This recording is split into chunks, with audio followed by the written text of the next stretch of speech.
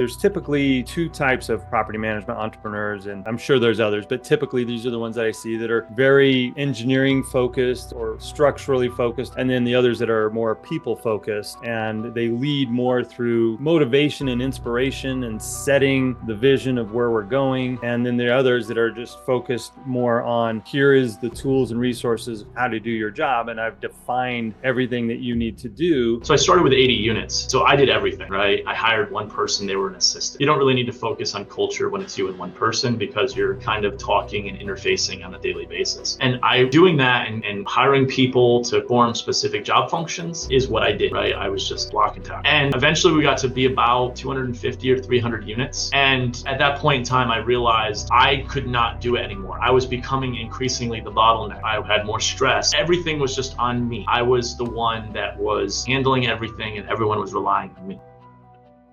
Welcome to the Property Management Success Podcast, where we interview leaders in the industry to uncover the secrets to profitability, efficiency, and achieving true freedom, whether it's your time, money, or lifestyle. I'm your host, Tony Klein, and I'm here to help you build a wildly successful property management business. Let's get to it. Hello, welcome. I'm Tony Klein. I'm your host, and I'm here with Sam Eddinger, and he owns Ironclad Property Management out in Connecticut. And we're going to just kind of dig in and start our conversation talking a little bit about his background. So Sam, why don't you just tell us a little bit about your background and what you're currently doing in the property management world? Yeah, so thanks for having me, Tony. Obviously, I love to share with the community that you've built. So a little bit about me. I grew up with four brothers, was always around real estate, and no sisters, only my four brothers. And so my dad was a shop teacher. He never really understood the stock market, but he understood things that he could touch, as any good shop teacher could.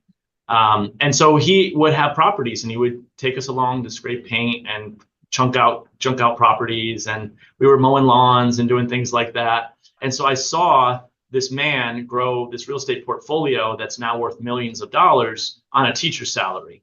My mom never worked a traditional job because when you have five sons, that take up a lot of your time. Going into it, I continued my journey, went to college, got a degree in engineering, did that for about 15 years, but I was never satisfied. But I kept going back to this pervasive thought in my mind about real estate. So back in 2008, I left my job as a nuclear engineer in California to move back to Connecticut, and they gave me a book on landlording. So I had it in my blood even at that moment in time. And so even at that point, I hadn't even owned a property yet, but they were buying me a book on landlording. Fast forward a few years, we had the whole issue with the housing crisis. 2012, I started buying real estate.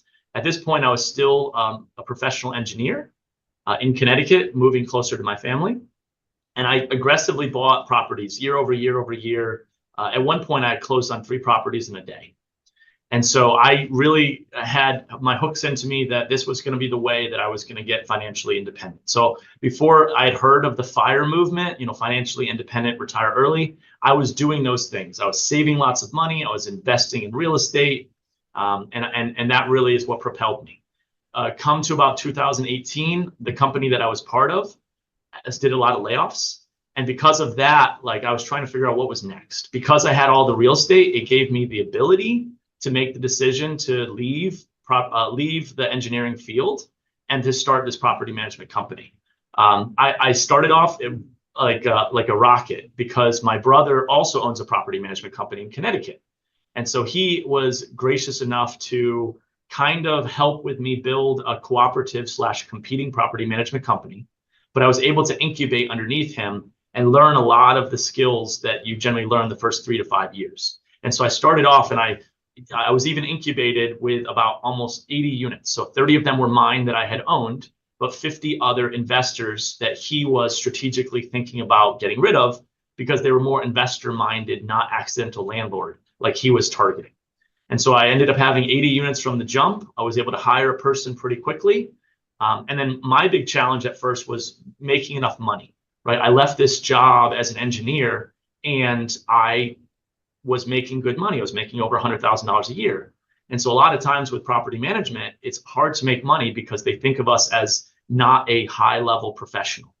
And so that was one of the first challenges. And I basically, that's where I think I resonated and found NARPM and found the community of people that could build into me and teach me some things. I took some online courses about it, and I was able to implement really well using my engineering background. And so at that point in time, this is back about a year or two ago, I started actually making decent money with respect to the industry, such that I could actually replace the salary that I've made as an engineer. And so I'll stop there. There's lots of more things we can talk about that journey, but I wanted to just give a quick background on kind of all the way to the point where I was able to replace my salary as an engineer. Yeah. So three things that I pull out of what you just said that really stuck out to me. The first one was that you left a job as a nuclear engineer. So I'm assuming that you're very engineering and process minded, process focused. The next thing that stood out was that you in your bio and what you just said here is that you focus on investor clients. And so one of the things I want to dive into a little bit is determining.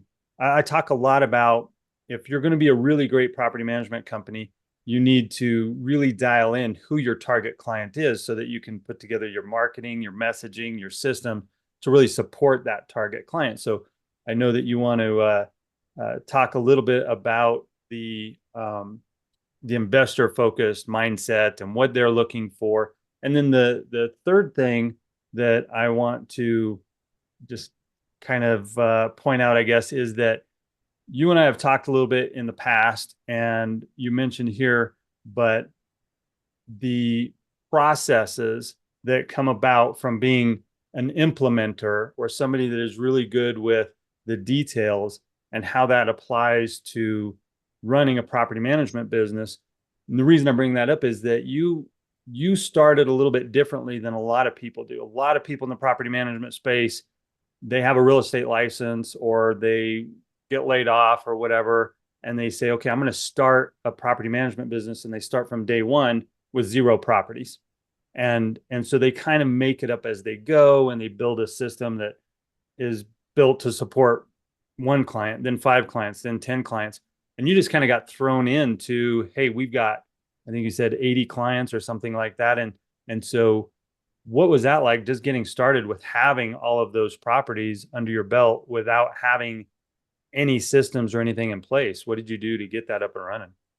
Yeah, so that's where I said I incubated underneath my brother. So he had already had Appfolio set up. He had already had a lot of how you do the banking and things. And so he held my hand for the first year and a half. And so that was very helpful. I would say my brother is more of a process-focused property management owner than most, but he is not nearly to the level that I am. So I was able to, end up using Lead Simple, other systems. He had been using Asana, but not very well. A lot of checklists and things like that. So I ended up just extending it, automating even more, leaning into it even more than he did. So I guess that answers hopefully the question about a little bit about how we did it. So I was under his Appfolio. He was the broker of record because I had just gotten my license. So a lot of those things that we needed to, as part of our partnership, he basically took those for me. Back in 2020, right before the pandemic started, I basically purchased his interest out. I'm still paying him for that interest. But since then, I've been able to really control all aspects of the business without having to, get permission from him as a majority owner. So if you could go back and do it again, would you have started with the investor focused client versus the accidental landlord, or versus the 1 and 2 property investor? What have you found by focusing specifically or primarily on the investor mindset or the investor client? Yeah, so what I found for me personally as a cerebral engineer is I'm not good at selling. I'm not good at sales. And so I understand investor. I am an investor. I love investors. And so I can sell something that I truly and utterly believe in, right? And so that's just was for me, it made complete sense. I could speak investor. I know about cap rates, cash and cash return. You want to talk about financials, like we could talk about financials. And so it's easier to market and support people that speak the same language that you do. Whereas people that say to you, like an accidental landlord that says, oh, well, what if this happens, or what if this happens? Like, I'm like, this is a business now. Like, these things could happen, and you need to be good with the risk that possibly could occur. And I'm not as able to say that in a way that is maybe would alleviate their fears. Whereas an investor, it's just, this is the nature of the beast. Like, we're trying to minimize the amount of risk, but ultimately it's not a perfect. You can't do it perfectly. Mm-hmm. So how big is your team now that you have? So we're pretty big. So we have 12 full-time staff for 300 units, which is actually very, very small. About half of our staff is currently focusing predominantly on sales and marketing, and the other half are predominantly on operations and accounting. And we've done that very strategically because, if we want to talk about more pain points in the trajectory of growth that we're doing, growth is the thing that is holding us back currently. So, yeah. And so with that team, growing those 12 team members, how many of those come into your office every day, and how many are out and about or remote? Yeah, so I'm the only one that comes into the office every day of the 12. So we are, I would say, completely remote. I do see, of the 12 people, 5 are local and 7 are international. And so we're really building our process and systems and culture, and the pains of process and systems and culture when you have a full remote team is much more difficult and than having everyone in the office. I'm very much challenged by that today, but for me, it's a challenge worth attacking and trying to solve. So, but we do things to try to encourage a lot of collaboration. We try to do things to encourage a lot of team bonding and building, both internationally as well as locally, but it definitely is a challenge. Mm-hmm. Yeah, that's I'm curious about that, because I do see there's typically 2 types of property management entrepreneurs, and I'm sure there's others, but typically these are the ones that I see that are very engineering focused or structurally focused, and then the others that are more people focused, and they lead more through motivation and inspiration and setting the vision of where we're going. And then there are others that are just focused more on, here is the tools and resources of how to do your job, and I've defined everything that you need to do, but without necessarily communicating that mission or vision or where you're headed. And I know you and I have had that conversation. You're sort of doing both. You've incorporated that strong engineering mind and systems process mind, along with the mission and vision and core values. And so just, if you could talk to me a little bit about how you're implementing those things, the mission, vision, and value, along with making sure that you've provided the right tools to the team to be able to do their jobs, especially since it's really hard to build culture and share the mission and vision when you're not in contact with people on a day-to-day, just incidental contact. We can hop on a Zoom meeting and have contact there, but you just don't build that culture by osmosis when you're not able to just be around each other. Absolutely, and it's extremely hard. So going back to my this initial challenge, so I started with 80 units. So I did everything, right? I hired one person; they were an assistant.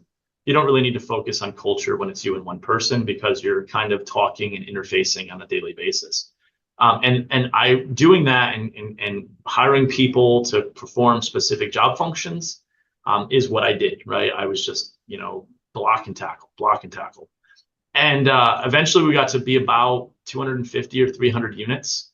And at that point in time, I realized I could not do it anymore. I was becoming increasingly the bottleneck. I had more stress. I had more, everything was just on me. I was the one that was handling everything, and everyone was relying on me. And I was like, I could do this, but this is not what I want. And so my wife challenged me to this summer to go. She did this years ago, but this summer it's going to happen, to go on a 6-week vacation across the country. And so the question became, okay, how do I design a company where I, as the owner, can take off for 6 weeks not be anywhere in Connecticut and continue to operate it so that I have the flexibility to do whatever it is I want to do. And so I've been really strongly leaning into things. So what I realized from that point is how I was doing it could not work. So that's where we started to implement EOS. And even then, I didn't really fully do it on a pure basis. I did like the process side, and I did, maybe I did rocks, maybe I did a couple other things, not well. I definitely did the people. So I get it, want it, capacity to do it, in the right seats, right bus. I did all of those things to make sure we had alignment, defined job descriptions, built out a lot of process.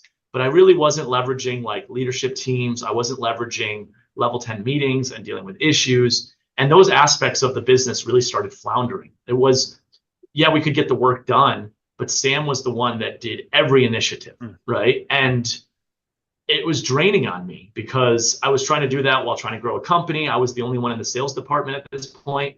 And so I was just like, something has to change. I realized at that point that if I didn't make modifications to the business, I was going to be stuck at 300 units forever. Yeah. And so that's where the last year and a half, I've increasingly gotten out of the sales and marketing, and we have not done as well as I did it myself, but by a numbers count. But we're getting, it takes momentum on sales and marketing to be able to get it really going when you've done it a certain way relatively well, just by sheer will. And sure. So we've been definitely challenged by that, but it's what we're currently attacking. So to answer your question, go ahead. Yeah, go ahead and finish. No, but to answer your question, so it's been a transition of process-focused design to recognizing that it's really about leveraging all of the unique abilities of your team. And it's been very hard for me to that transition because I'm great at process. I'm great at implementing systems. I'm great at solving problems. I'm not great at people. Yeah. So a couple of points. The first one is, so with my coaching and consulting clients, obviously I'm working on whatever their goals are, but there's a general theme. And typically one of the themes is we work hard to make them the least important person in the day-to-day operations of their business. And until you do that, until you decide that that's one of your goals and vision for your company, you wind up creating a company with one genius and many assistants. And what we work on doing is finding, yes, we have the leader of the company, but we need to try to find and hire people who are as smart or smarter than us in certain roles. And like you had mentioned, you were doing sales a certain way. The goal is not necessarily to make those people do the sales the exact same way that you do, because salespeople have a little bit different personality. They have different tactics that they use.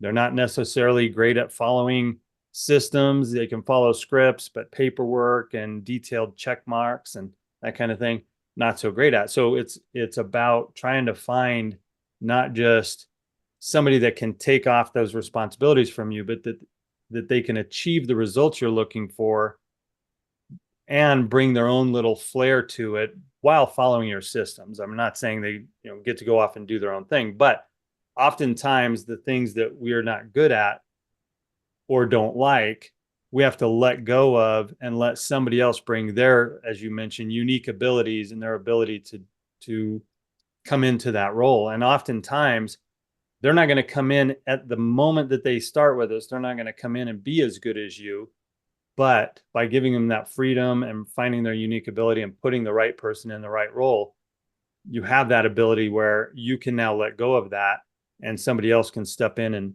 fill that role and eventually do a much better job than you in sales. But we have to remember it's not always instant that happens. Yeah, that's exactly correct. And the other challenge that I have, which is self-imposed, is that I do like to hire internationally, and I like to kind of build from the bottom up, right? And so like I brought my wife on, and she's really great at being good at people, but she's not great at, like you said, process. And so, and she's balancing the fact that we have kids and other obligations that she wants to have. So I'm trying to build and engineer a life that we could live together and that she doesn't kill me, right? So this is a lot of what I think about from a business perspective, is like, and like putting myself into the places that I like to be, but engineering it in a way that it all can work well. And that's very, very hard. And like a lot of our goals right now, like I said, are based on growth. And so how do you balance all of these, like these cups that are trying to fall as I juggle? And how do you balance it all? That's to me the really interesting thing that I'm trying to solve right now. And a lot of it though comes back to culture, mission, vision, values, and a lot of it comes back to finding good people, inspiring them to be consistent, aligned with those mission, vision, and values, and then to some level getting out of the way and being there when things break a little bit. So it's definitely been a big shift, and this is why for me, I've had to improve myself as a father, as a husband, as a leader, because what got me to where I am today won't get me to where I want to get to. Being great with systems is not gonna get me to 1,000-unit company. I have to become great with people for me to be able to get that. So it's the leader that I need to learn to become for me to be able to get to where I want to get to. I'm always going to have the ability to solve problems really well. That's an innate in me. But being able to deal with people well is not. And so I'm been at this for a year plus, and I'm still learning tons. I'm still, trying to figure out, do I roughen the soft edges, the sharp edge, a lot of gurus who talk about, find people that are great at that. Don't try to improve it yourself. Or do I actually, and do I find those people, or do I actually try to lean into the pain and things that I know I'm naturally not gifted at and do it? So that's a lot of where my challenge lies today. Yeah. Sam, have you read the book 10X is Easier Than 2X? Yep, read that one. Read all of the Ben Hardy stuff. Doing stuff with Darren Hardy too. Doing a lot of different guys. But and that's the other thing is, I do have some huge 10X goals. And so it's just whether or not I decide that I want to reach for the stars in those ways. And a lot of those goals are probably easier for me to reach than growing a doubling of my property management company. But I think that the skills that I'll learn along the way of growing this company will make me even more indispensable in the future. Yeah, I think as you grow in a lot of the things that you've been talking about, figuring out what you're really good at, figuring out what you're not, and then figuring out if you're willing to let go of some of the things that you're even really good at, but that might hold you back from hitting the goals that you want.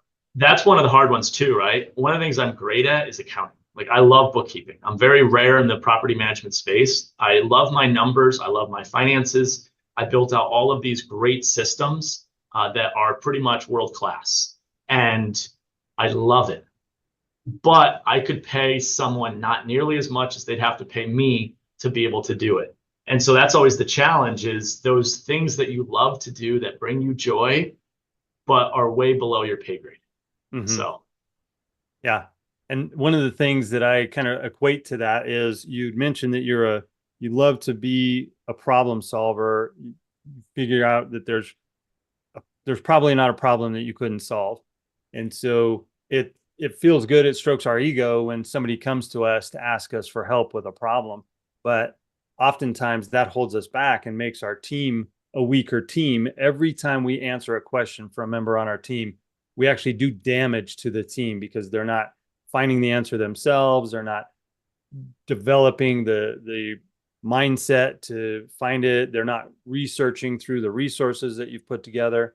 And so one of the things that I really try to focus on is, now I'm not saying don't provide the answer for your team member, but stop answering questions. Stop when they come to you with a question. Stop answering the question. Redirect them.